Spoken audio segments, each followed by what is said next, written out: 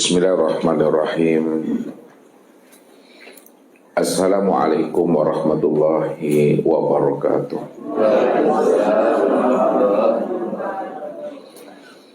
Alhamdulillah. Alhamdulillahilladzi nawwara qulubana binuri ma'rifati wal yaqin wa adkhilna ma'al awliya'i was-sholihin. Wassalatu wassalamu ala sayyidina Muhammadin nabiyyi sayyidil mursalin wa ala alihi wa sahbihi rasulillahi ajma'in. Wa qala Allah ta'ala fil Qur'anil Karim, a'udzu billahi minasyaitonir rajim, bismillahirrahmanirrahim.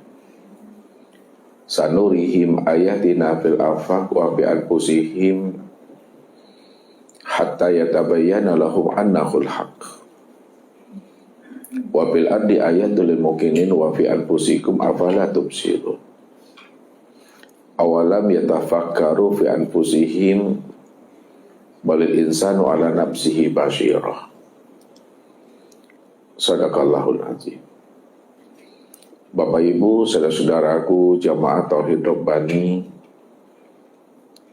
para muhibbin dan para pencari Tuhan yang dirahmati Allah. Allah sebagai Rabbul Izzati yang kita imani dengan iman yang isbatul yakin, maka hendaklah kita kenali dirinya itu dengan pengenalan yang sempurna, zahir dan batin, bahwa sesungguhnya dirinya itu adalah wujud. Wujudnya itu tiada awalnya dan tiada pula akhirnya. Tiada bisa disentuh dengan kata-kata dan suara. Tidak bisa dijangkau dengan akal fikir dan dianalisa dengan pemahaman ilmu yang Allah berikan kepada diri kita ini.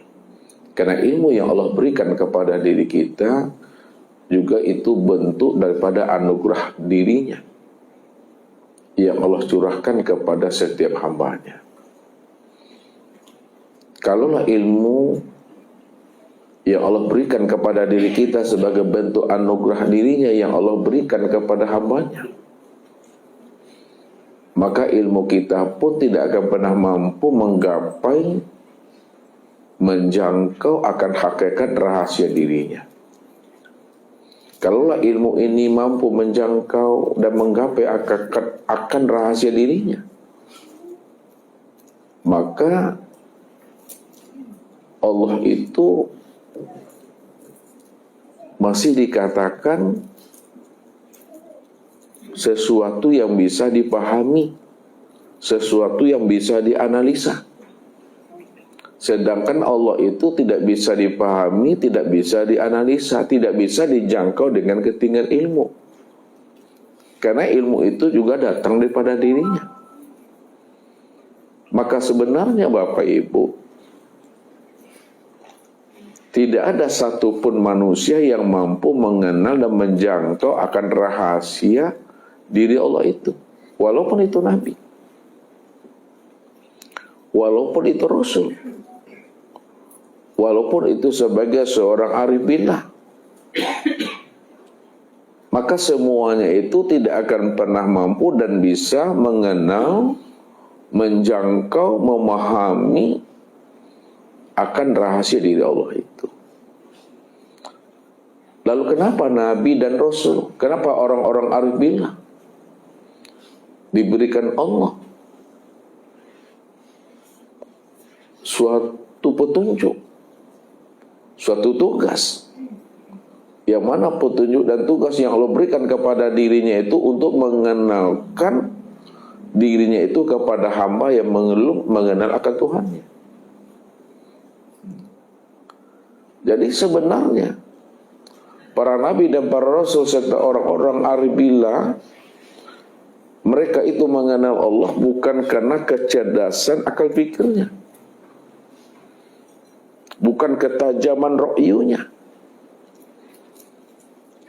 Akan tetapi para nabi dan para rasul, orang-orang arifin, para aulia ilah itu mengenal Allah. Sebenarnya Allah lah yang datang menemui akan diri hambanya. Ketika Allah datang menemui diri hambanya sebagai orang yang dia pilih, maka disitulah sebenarnya Allah memperkenalkan rahasia dirinya kepada hambanya itu. Sehingga hamba itu baru mampu mengenal akan diri Tuhan itu.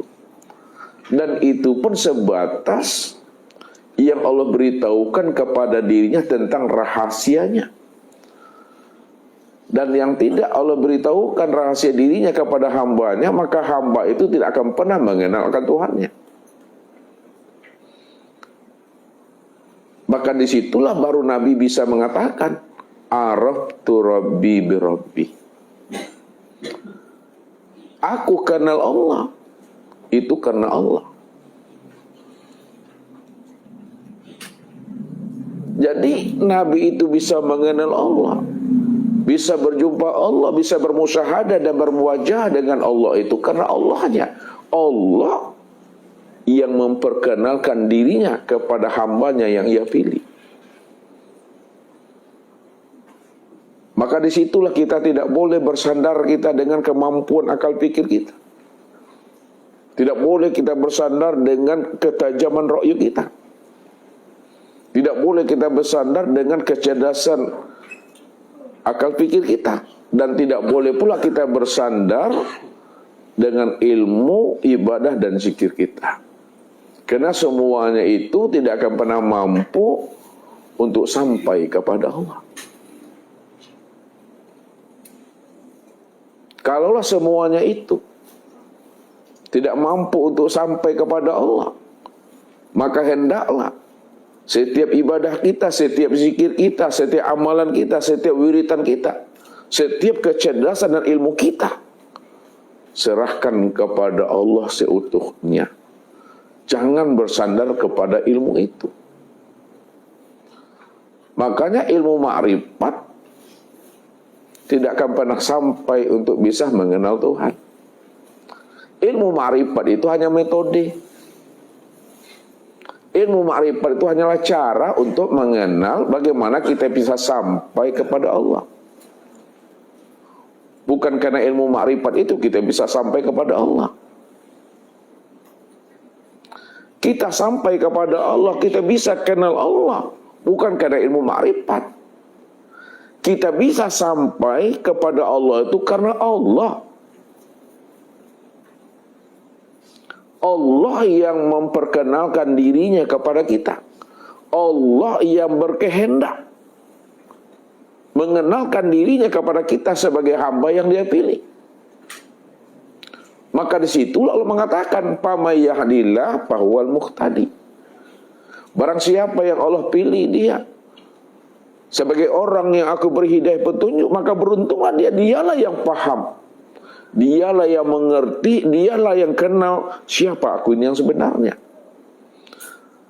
Dan dia paham dan mengerti tentang Tuhan, itu sebatas yang Allah beritahukan kepada dirinya tentang rahasia dirinya.